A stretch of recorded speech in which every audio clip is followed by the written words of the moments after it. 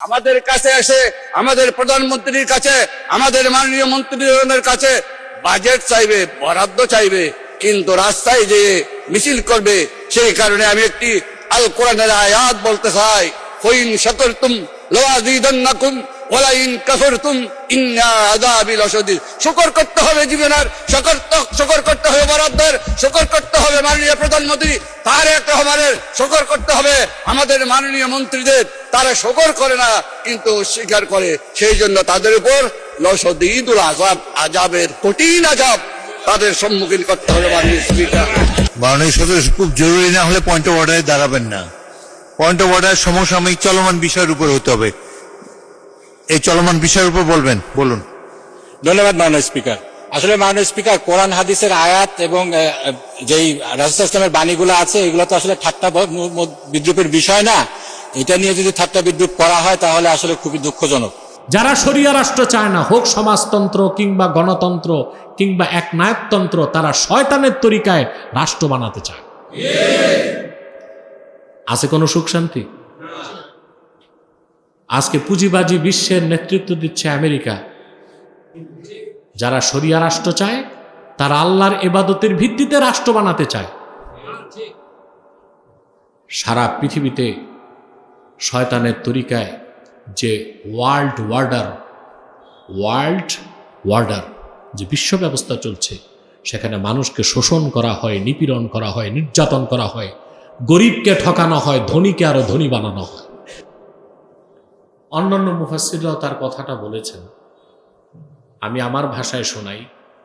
ইন্না লাবজাতাল ইবাদা মাখুদাতুম মিন তরিকিল মুআব্বাদ আয় তরিকিল মুদাল্লাল। তরিকুল মুআব্বাদ অর্থ মুদাল্লাল। এই তরিকুল মুআব্বাদ থেকে ইবাদত শব্দটা। তরিকুল মুআব্বাদ হচ্ছে মানুষের পায়ের আঘাতে যে পথ তৈরি হয় তাকে কি বলা হয়? তরিকুল মুআব্বাদ। মুজাল্লাল অর্থাৎ যেই পথ সরকার বানায় না, সিটি কর্পোরেশন বানায় না, মানুষ হাঁটতে হাঁটতে মানুষের পায়ের আঘাতে পথ হয়ে যায় না? পথ হয় না? গ্রামের মেঠো পথ, ওটা সরকার বানায়? মানুষ হাঁটতে হাঁটতে পথ হয়ে যায়। এই যে পদাঘাতে তুচ্ছতার মাধ্যমে যে পথ হলো, সেটা তরিকুল মুআব্বাদ মুজাল্লাল। এর থেকে ইবাদত, অর্থাৎ বান্দা অস্তিত্ব লাভ করার পরে তার নিজস্ব ইচ্ছা চাহিদা বলে কিছু থাকবে না, সবটাই আল্লাহর গোলামির ভিত্তিতে। এটা হচ্ছে ইবাদত। এটা কি সেবাদত করবেন? কথা বলেন। মুসলমানের জীবনের 24 ঘন্টাই তো ইবাদত। সুবহানাল্লাহ। কিন্তু পথভ্রষ্ট মানুষেরা যুগে যুগে আল্লাহর ইবাদত ছেড়ে দেয়। আল্লাহর ইবাদত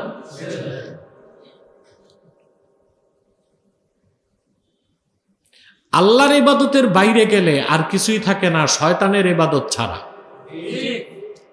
আল্লাহ পাক সূরা ইয়াসিনে বলেন, আলাম আহাদ ইলাইকুম ইয়া বনি আদম আল্লা তা'বুদুশ শাইতান ইন্নাহু লাকুম আদুউম মুবিন ওয়া আনি'বুদুনি হাযা সিরাতুম মুস্তাকিম। হে মানব জাতি, আমি কি তোমাদের থেকে ওয়াদা নেইনি যে তোমরা শয়তানের ইবাদত করবে না? আমার ইবাদত করো। তোমরা শয়তানের ইবাদত করবে না, কারণ শয়তান তোমাদের প্রকাশ্য শত্রু। আমার ইবাদত করো, আর এটাই হচ্ছে সিরাতে মুস্তাকিম। এটাই হচ্ছে সিরাতুম মুস্তাকিম। আল্লাহর ইবাদতের বাইরে আছে শয়তানি কাজ। কি কাজ? কার ইবাদত? শয়তানের ইবাদত। শয়তানের ইবাদত মানে শুধু শয়তানকে সাজদা করা শয়তানের ইবাদত না, শয়তানের হুকুম মানাও ইবাদত মানে আনুগত্য। ইবাদত মানে কি? আমরা দাবি করি মুসলিম, কিন্তু জীবনের অনেক ক্ষেত্রে শয়তানের তাবেদারি করি কিনা? দুনিয়ার রং তামাশা,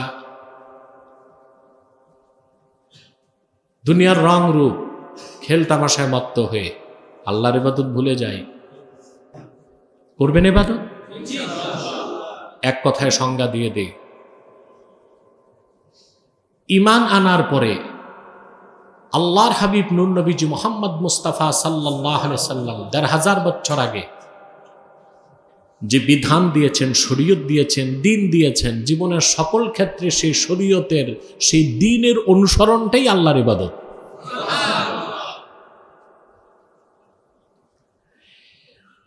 মুহাক্কিকগণ এই ইবাদতকে আবার কিছু ভাগ করছেন।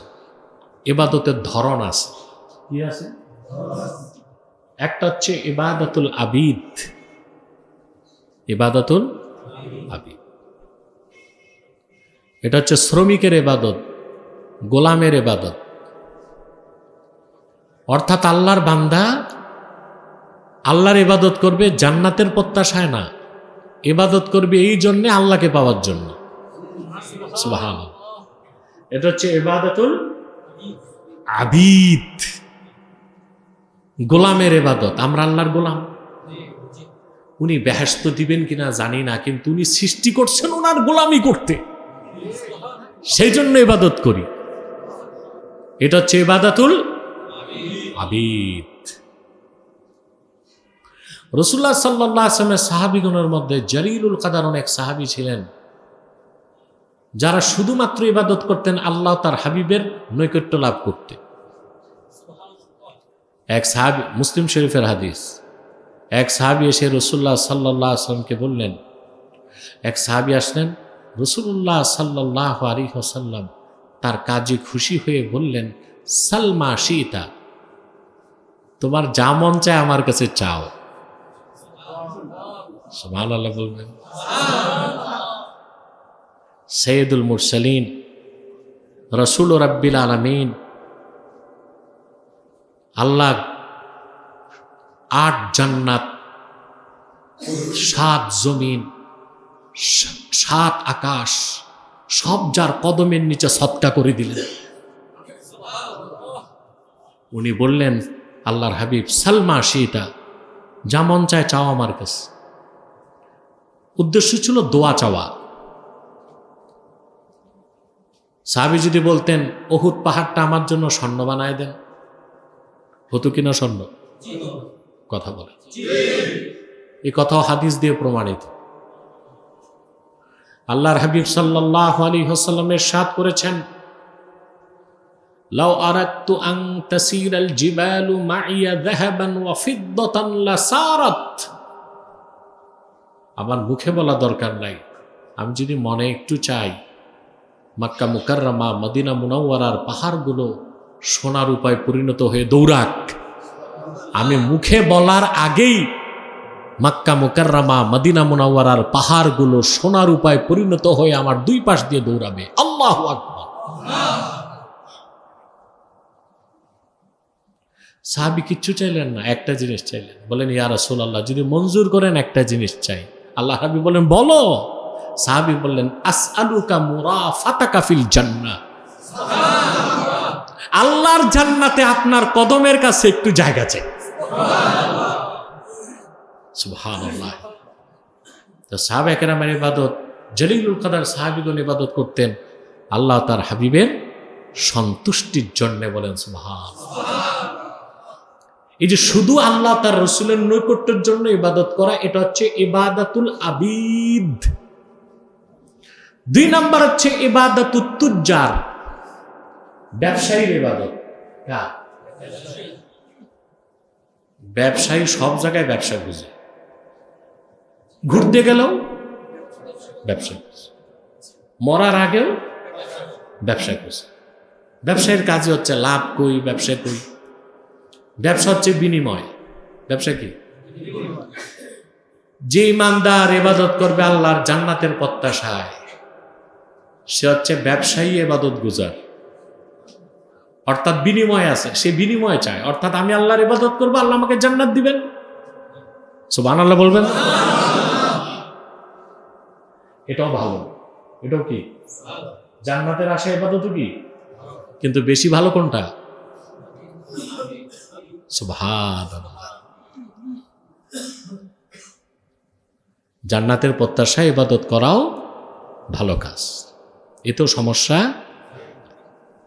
কথা বুঝতেছেন? 3 নাম্বার হচ্ছে ইবাদতুল আহরার, স্বাধীন ব্যক্তিদের ইবাদত। আল্লাহর পয়গম্বরগণ ইবাদত করতেন, আল্লাহ তাআলার হুকুম আল্লাহ তাআলা না বললেও তারা সারাক্ষণ ইবাদত করতেন।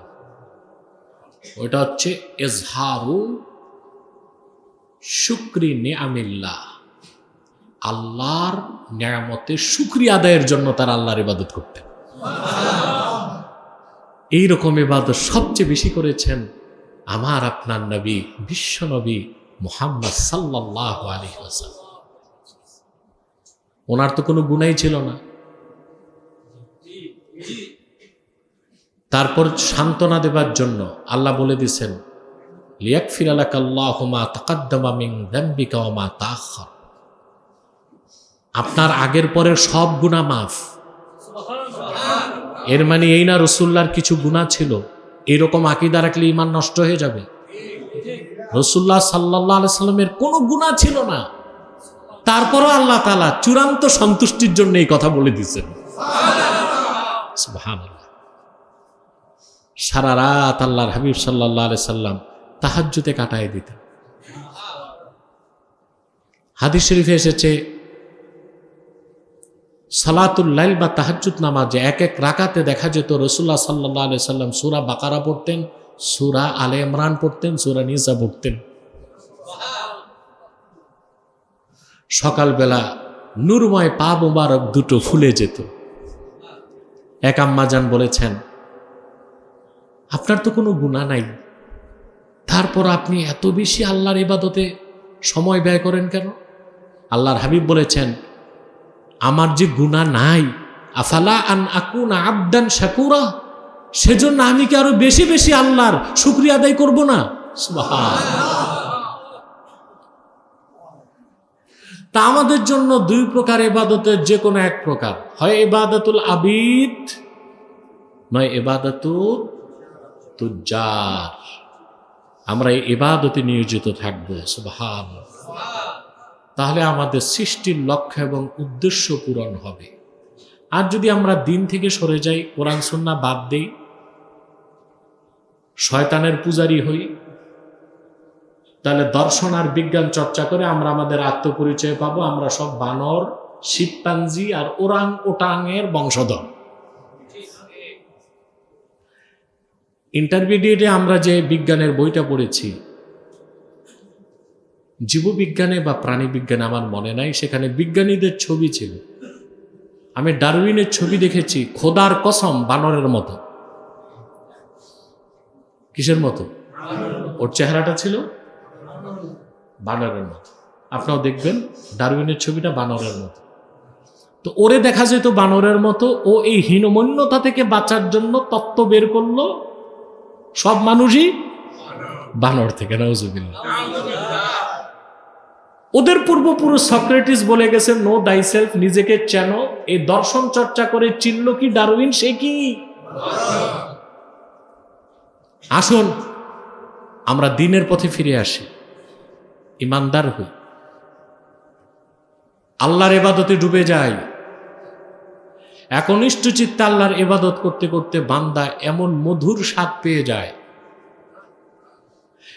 একবার নামাজ পড়ার পর সে অপেক্ষায় থাকে আরেক ওয়াক্তের নামাজের সময় কখন হবে।